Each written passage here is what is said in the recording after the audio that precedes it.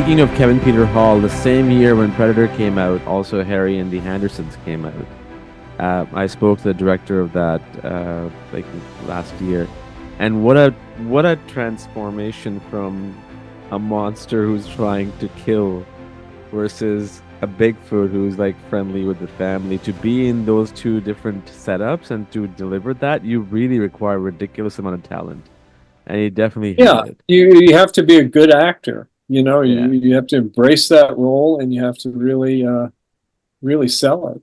I mean, you've got this hunting predator from another galaxy, and then you've got, like you say, the friendly Bigfoot. But that speaks to Kevin's talent, yeah. really does. What was your contribution in Predator? Well, mine was working on the body a little bit, you know, here and there, different parts, getting it finished in feet, and helping get the contacts made. I mean, like I was saying, I was on another project at the time, Right, right. so I was jumping in and out of that one. And then it went off to Mexico. I did not go down with Shane and Steve Wang and Matt Rose and those guys that went down. One of the guys in our shop, Brian Simpson, who later became a stuntman, we built a smaller suit for him. I think he was like 6'2". And so there was a smaller Predator suit that was made that he wore. And then there was the one that's featured the most with Kevin in it. Mm. Uh, I heard all the stories of those guys down on set. I mean, they were down in Palenque, Mexico. And so they were really in the jungle shooting this. And for the scene where it comes up out of the water, they Yeah, had to really get that foam rubber suit soaked.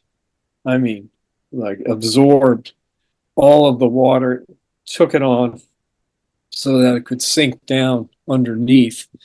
And, once again, a testament to Kevin, putting up with and doing all these things in that suit.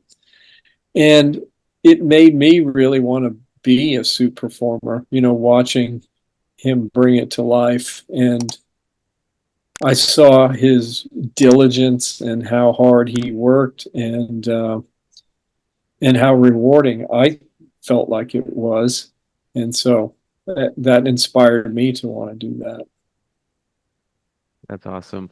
What was just as a viewer, what I mean, there's so many incredible scenes in that film. What stands out, or one or two scenes that stand out the most for you?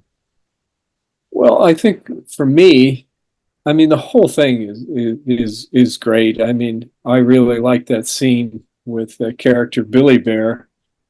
He's has a sense that this thing is coming, and Yeah, he's going to stay there, and he's going to fight it, and he can't see it. I think I think all of that helps build the mystique in the story. I mean, because let's face it, these things, that movie would have been terrible if it didn't have a really cool story. I mean, it had the potential to be terrible. Let's put it that way. right. And but it's all building to that reveal when he takes that mask off, and the way they set up the clever things, and then Arnold starts putting the mud on himself so that his heat signature can't show. I mean, it's well thought out, and I think it really engages you as an audience, and it sets it up. These bunch of badass guys are getting taken out by this unseen alien, but the fact that they're such tough guys and Yeah, these things are happening to them, it just builds up and makes the predator that much more formidable. And I think there was an old thing I remember hearing. It's like, as an actor, you might not be in a film that much, but if everyone's talking about you and the dialogue is such that you're in it, even though you're not in it, it builds up your character. And I think that's what happened with the Predator. You had these tough guys getting picked off one by one, So you go, uh-oh, this thing is formidable.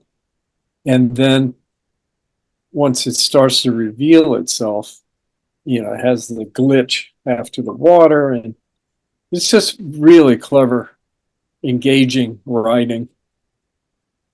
Yeah, and I think that the mystique, kind of like what the shark in Jaws was, right? You don't see the shark until the last act. Here it was at three different levels. So you don't know, you Yeah, just see the view, the heat signature first.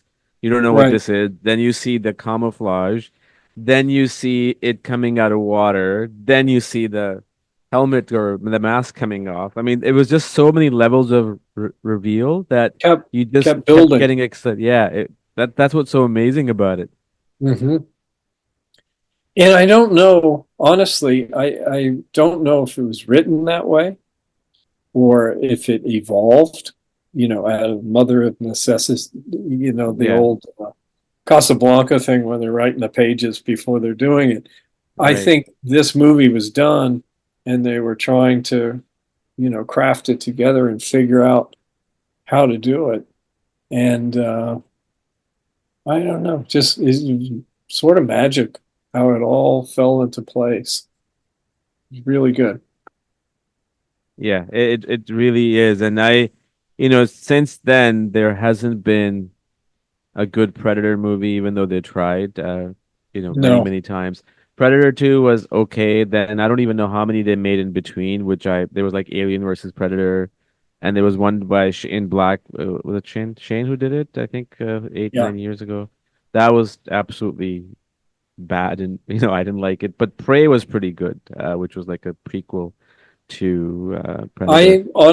I worked on Predator 2 and had a big role in that. And we Oh, still had Kevin Peter Hall involved. So, I mean, there was a lot of things that was good about that one, I there thought. were. Yeah. There were. The creature itself was played with utmost respect. And, they tried to set it in an urban setting and whatever. It's a sequel, so it's trying to parlay everything that the first one was cool into the second one and continue on the series. The second one was really cool. In the things that I liked about it was because it came out in early 90s and it was like 97 Los Angeles is like in total chaos, right? And I think with that idea, um, and then there were a lot of cool scenes in it, especially that scene where there was this guy, this African American guy who's in the alleyway at night and he's ready to Yeah, fight, and then you see his head, you know, yeah, being taken away. Um, right. I just felt I I think the think we did that one in 1990.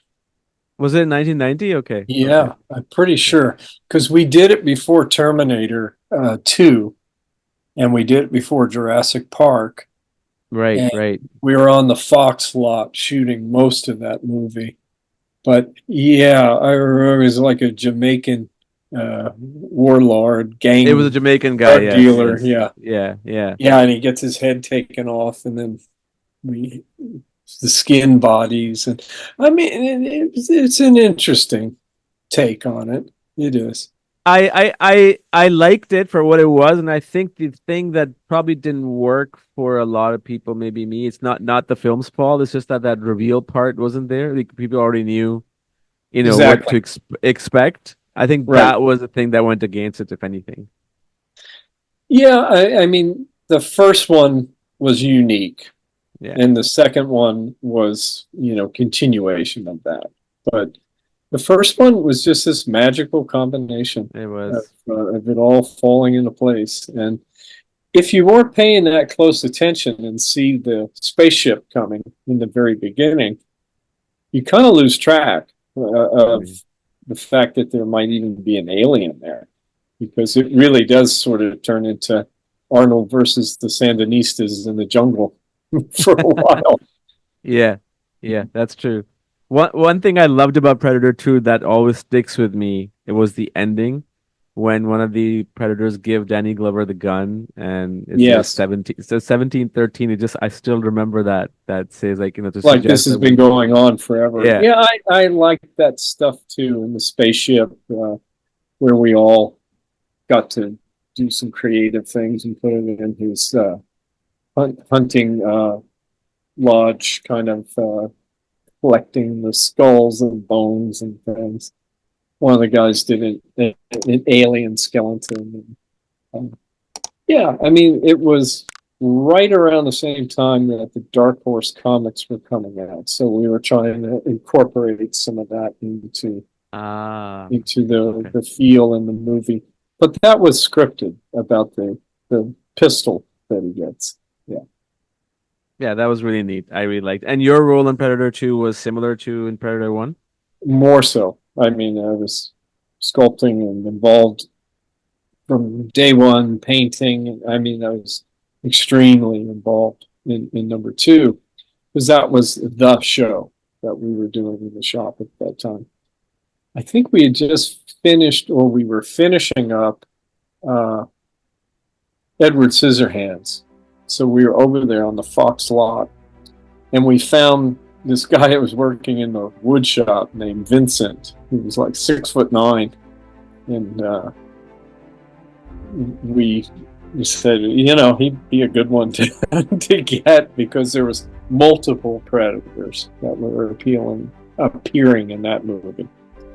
So we never found anybody like Kevin.